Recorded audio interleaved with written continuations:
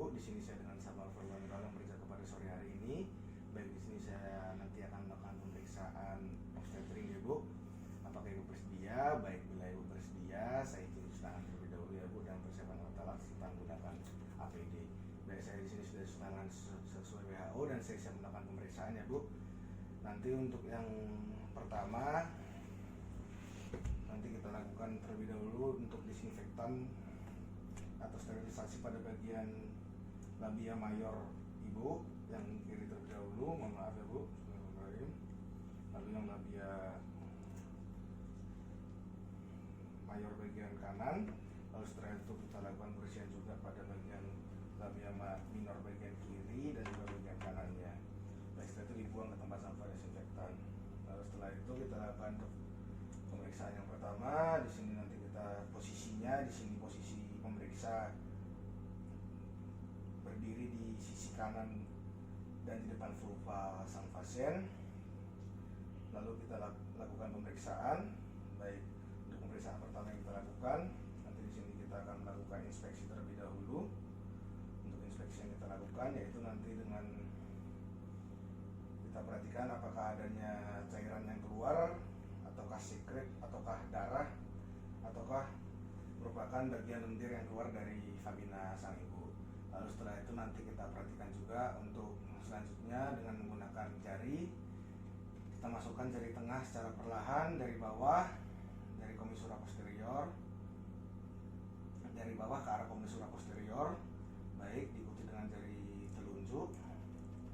Baik, bila sudah masuk, kita perhatikan untuk yang pertama. Di sini nanti tangan kiri diletakkan di bagian posisi jari telunjuk dan juga menghadap ke mons vernis sang pasien, dan juga di sini kita perhatikan untuk yang pertama berada di bagian pembukaan serviksnya. Lalu setelah kita masukkan, kita perhatikan apakah adanya penipisan serviks, lalu apakah adanya dia juga pada saat kita raba, apakah adanya kulit ketuban yang masih intak, dan juga apakah teraba benda lain atau mungkin seperti tali pusat yang berdenyut. Dan juga dengan perabaan jari kita bisa melakukan presentasi seperti perhatikan dari kepala sang janin, dan juga kita perhatikan apakah kepalanya itu keras ataukah mungkin lembek atau teraba bulat, atau selanjutnya kita bisa perhatikan juga untuk bagian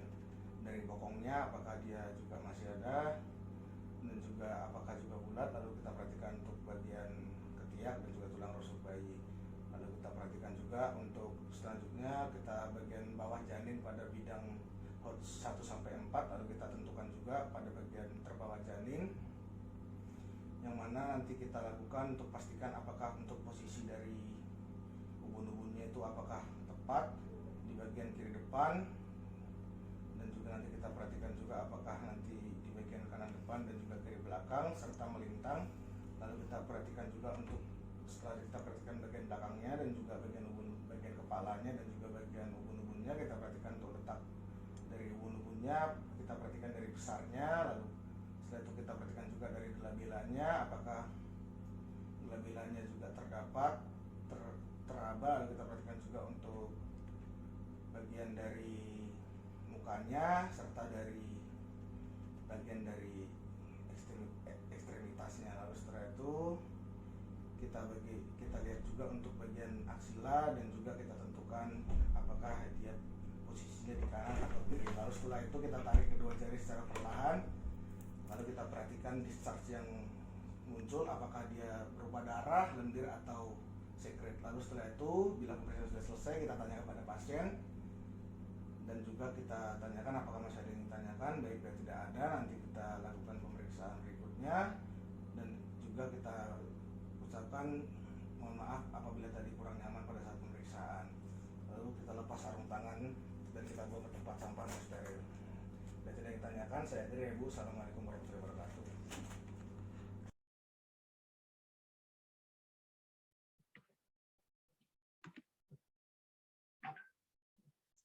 Assalamualaikum warahmatullahi wabarakatuh. Di sini saya Sabar Forwan Gaul akan menjelaskan mengenai asuhan persalinan normal. Di sini nanti kita yang pertama untuk kala 2, yaitu kita mendengar dan melihat tanda dari kala 2 persalinan, yaitu yang pertama ibu merasa ada dorongan dan meneran. Lalu yang kedua, ibu merasakan tekanan yang semakin meningkat pada rektum dan juga vaginanya. Lalu juga pada bagian perineumnya juga menonjol dan juga ada vulva dan sphincter ani yang membuka. Lalu setelah itu kita pastikan kelengkapan peralatan dan juga APD. Kita jangan lupa untuk cuci tangan sesuai WHO. Lalu setelah kita lakukan, yang pertama kita lakukan yaitu untuk menghisap oksitosin 10 unit ke dalam tabung suntik.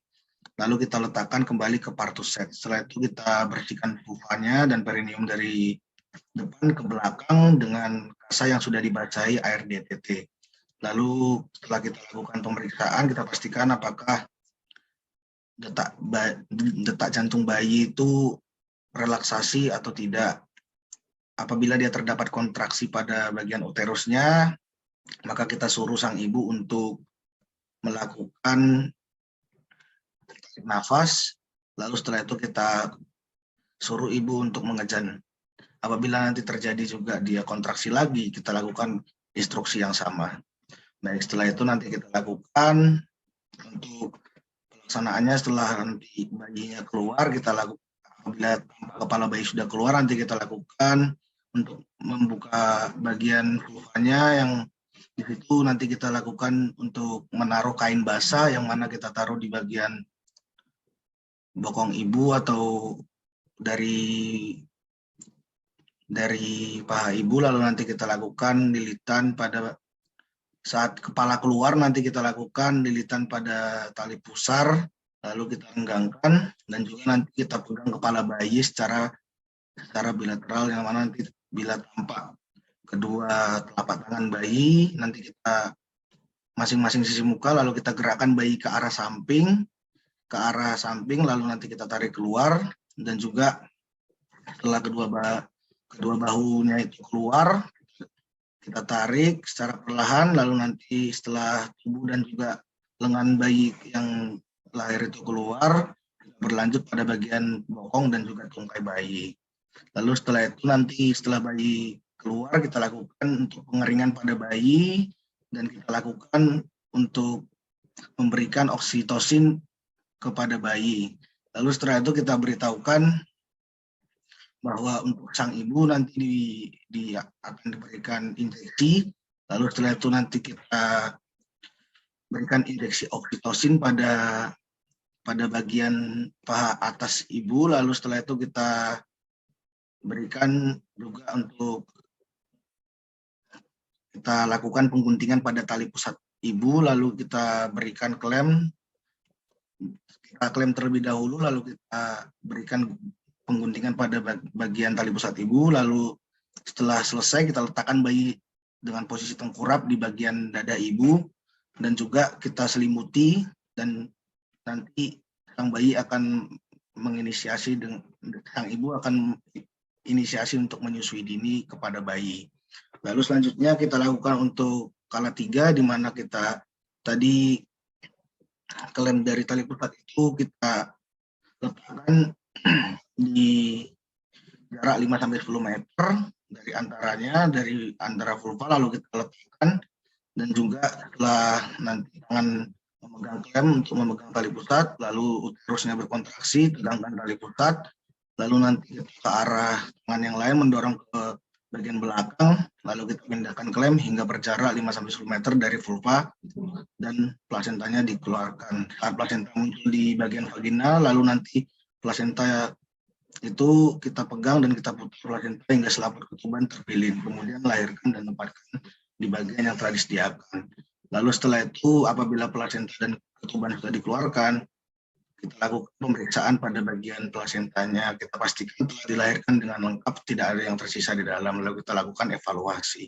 Lalu untuk kala 4 nanti kita bersihkan dan rapikan tempat persalinan, seluruh alat juga kita rapikan, dan juga untuk selanjutnya kita lakukan untuk evaluasi dari tekanan darah, nadi, dan juga kandung kemih dari sang ibu, yang mana nanti juga kita lakukan untuk penulisan dari partograf. Mungkin sekian untuk penjelasan dari asuhan persalinan normal dari saya. Bila ada yang salah, mohon maaf. Assalamualaikum warahmatullahi wabarakatuh.